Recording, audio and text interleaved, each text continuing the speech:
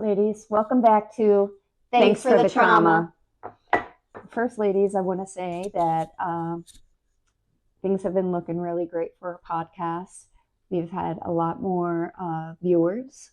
However, we just need y'all to hit that follow button. That would really help us out a lot so we can continue with our podcast.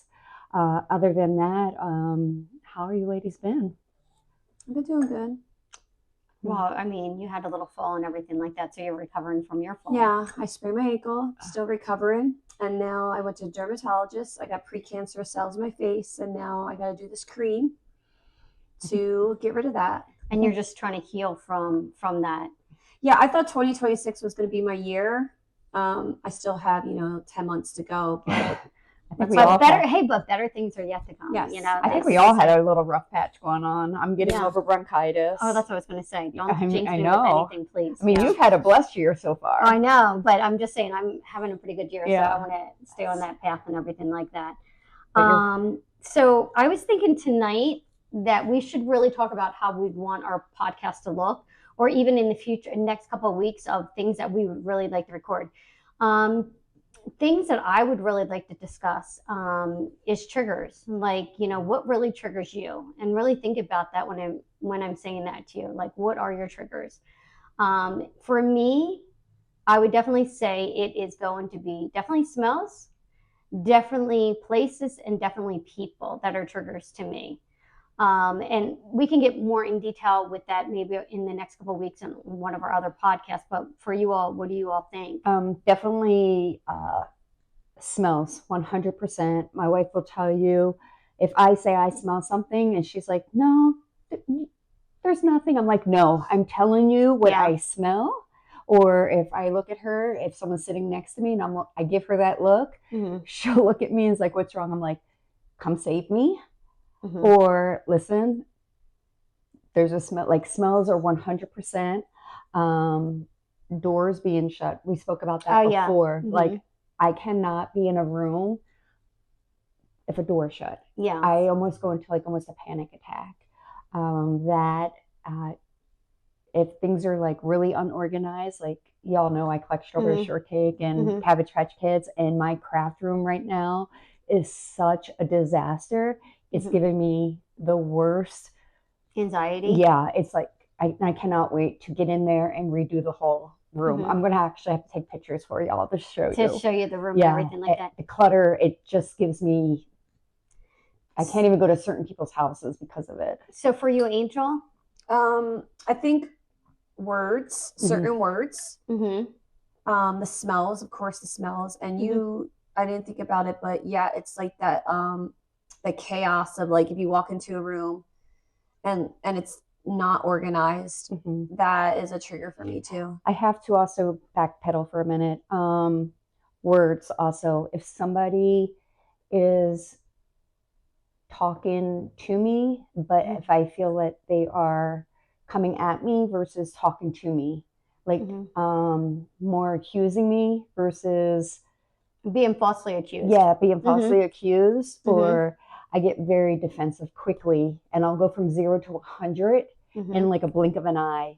And the same thing, if I hear them talking to my family members, I will go trigger tray, and that's where trigger tray comes in. And I will go from 0 to 100, or people will even say 0 to Philly, really quick. Yeah, so definitely being falsely accused of anything or hearing your name and stuff like that. I think because of what we went through in our childhood, we have fought so hard not to have those labels on. And when we hear someone say something that's not true about us, I definitely agree with you. Another thing that I was thinking for our podcast is, how does it look to forgive your abuser? How does that look for you all? How do you? For me, and maybe I was going to say maybe that's something, but that's what I was thinking about. Well, that's what I was thinking for our upcoming podcasts and stuff like that. Think about that. To really think about what our next couple of weeks will look like, because we just got over our winter break and we had a lot going on, with Angel with her couple things, you with your couple things, even myself with my couple things. So we haven't been around the table, and that's why I bring this up to you all, because I think it's really important to really start thinking about, like, how do we want our podcast? What do we really want to say about our podcast? I would like some. And Angel, maybe this could be played before some of our others, before maybe even we come back to the table. I would like some viewers' input on this, possibly.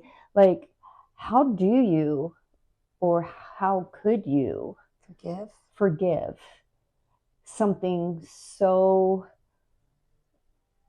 traumatic? Yeah. Where do you start? Yeah, that's a really good point. And another thing, I think, sorry to cut off, from somebody like with mommy, like, she was always been in our life. You know what I'm saying? So she was always, we've seen how she tried and changed, and even like she was a roller coaster, but we've seen that, for JR, maybe not for you, I'm not speaking for you, I'm speaking for myself. I'm speaking for Tracy. For JR, he just disappeared. You know what I'm saying?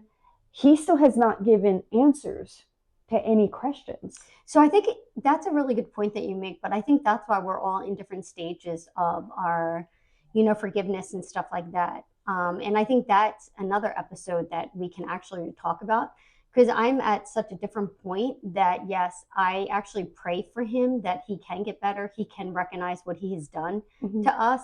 But I have forgiven him.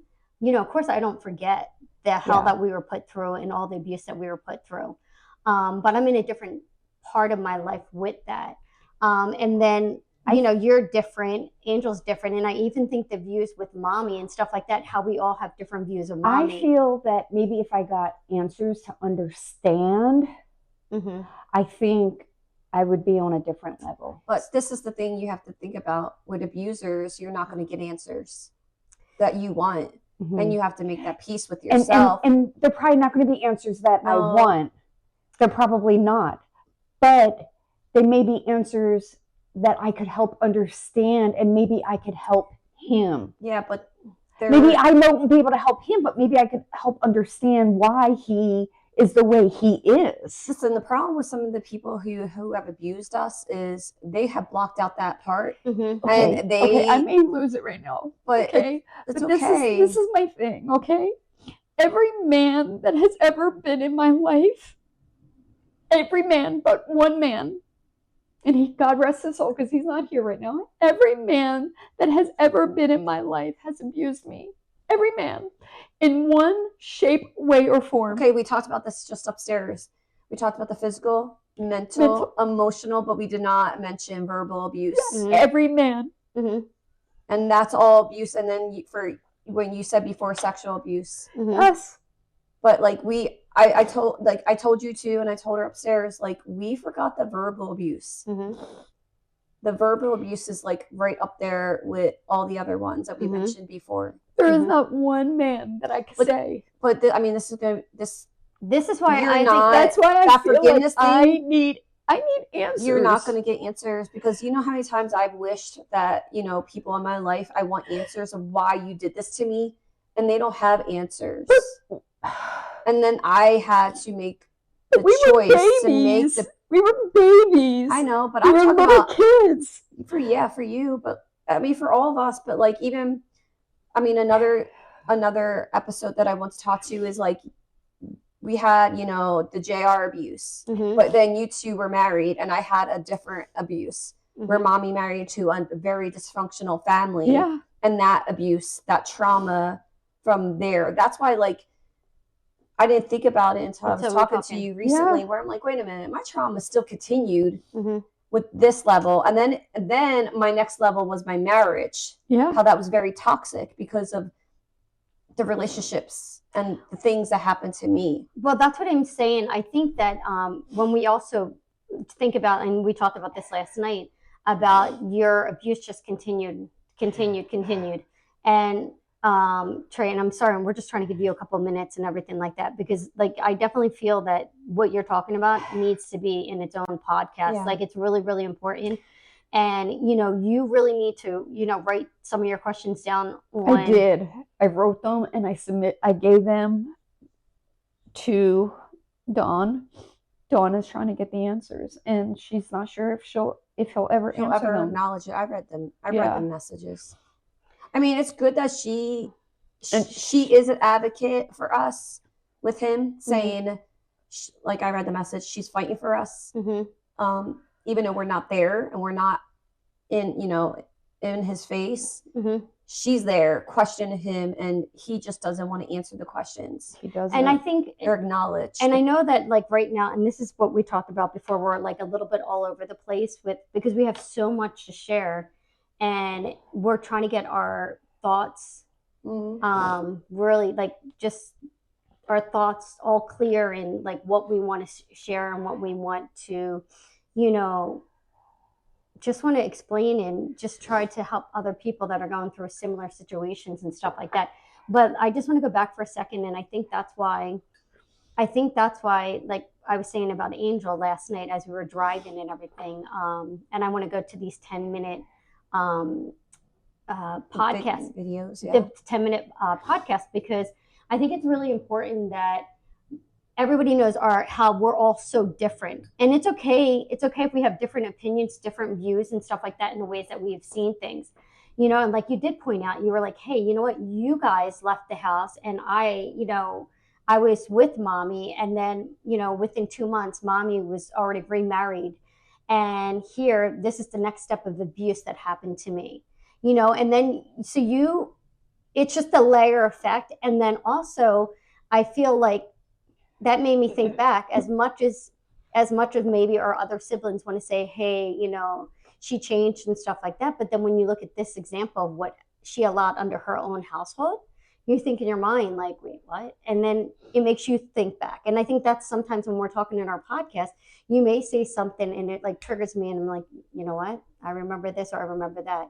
And so you have so many different layers, like you said, pulling back that onion, and just like each piece is another piece, And it took me, I don't know, last week or the other day to be like, just even just talking to you, I'm like, wait a minute, I have another layer, and then I have my marriage layer. Like I have a couple layers that I could talk about, but then like how I overcome those feelings to try to be a better person and heal from that pain. Yeah, exactly. And I think that, as much as our other siblings and stuff like that, if they're talking about just when our stepfather was in the picture, or this didn't happen or that didn't happen, and then this other layer, you see it and you were like, wait, when JR wasn't even in the picture. Yeah, when he wasn't even in the picture, and you two were actually in the picture, and you saw that what was going on. And I think, like you said, Tracy and I'm sorry for hitting my mic, Tracy and I were already in our own lives and stuff like that, where you were left behind in a sense,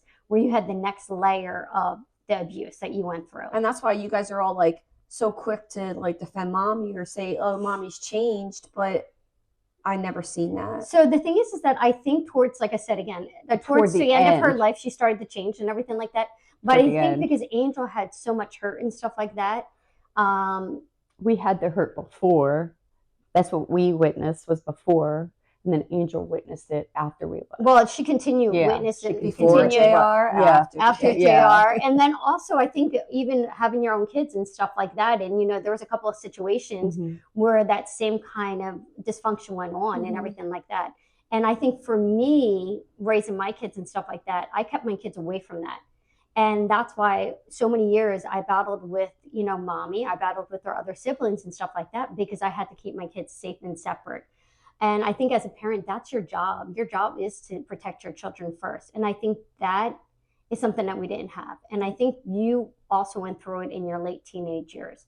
And it wasn't to a point where you're like, hey, I had enough, and I have to go. Where in our later teenage years, we were already out. No, I was thrown out. Like, so like, I had my choice. Out. I had my choice. We got out. Yeah. You guys were basically kicked out. I walked away from living with mommy because I was like, I'm done. Yeah, so you can imagine. We rescued you. Yeah. We rescued you. On Christmas Day, it was the best Christmas gift. So you can imagine like being 17 years old, senior in high school, and just like, the door was open and you gave a trash bag and thrown out the door. My situation was different. They wouldn't even let me leave. They won't want you to leave, but there was a paycheck coming in. No, my paycheck was gone because I was 18 then. Okay. So maybe because you cleaned, I don't know. Maybe. But So what's another topic you want to talk about? So I wanted to talk about, because this just happened in the last couple of weeks also, we were at a party, and I had a couple of women that were just, asking us questions about our podcast. And you were actually at another table, and I started talking, and then I don't know if you were sitting. You called me over. Yeah, I called you over, but I think before I called you over, one of the ladies asked me, she goes, can I just ask you a question?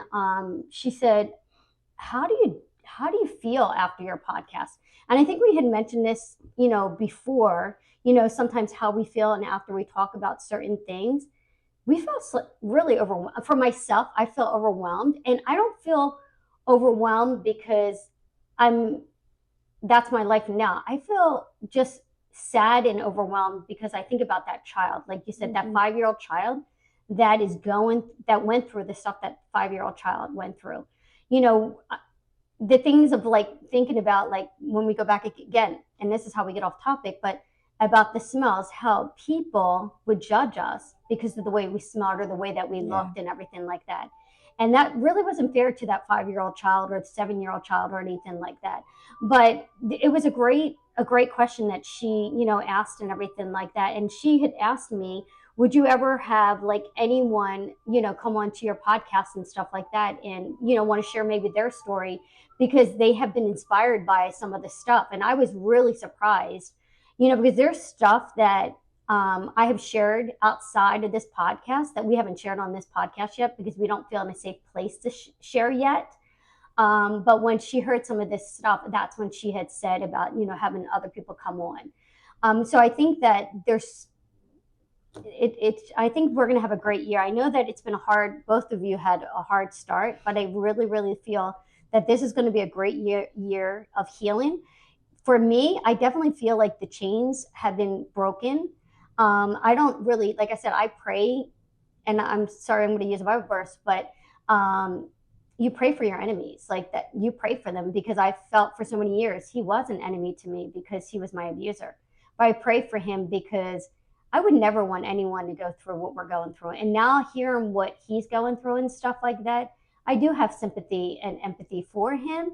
But for me, even if he never admits to what he's done to us or anything like that, it's okay because God knows, and that's at the end of the day, that's all that matters. Like, he has to stand before God, just like I do.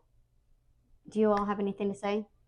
No, I mean, you mentioned about having people on, and I did have my daughter's friend reach out. He saw one of our podcasts, and he really wants to come on and talk about his own trauma that he has gone through. And I think that's really awesome. I mean, as long as the person's over 18. He is 18. Yeah, as long as they're over 18 and everything like that, and it's more of a helping tool for him, and that he wants to share some of the stuff that he's gone through. And even, he's seen you as a parent and how you are with your children and stuff like that, and how you want to protect them.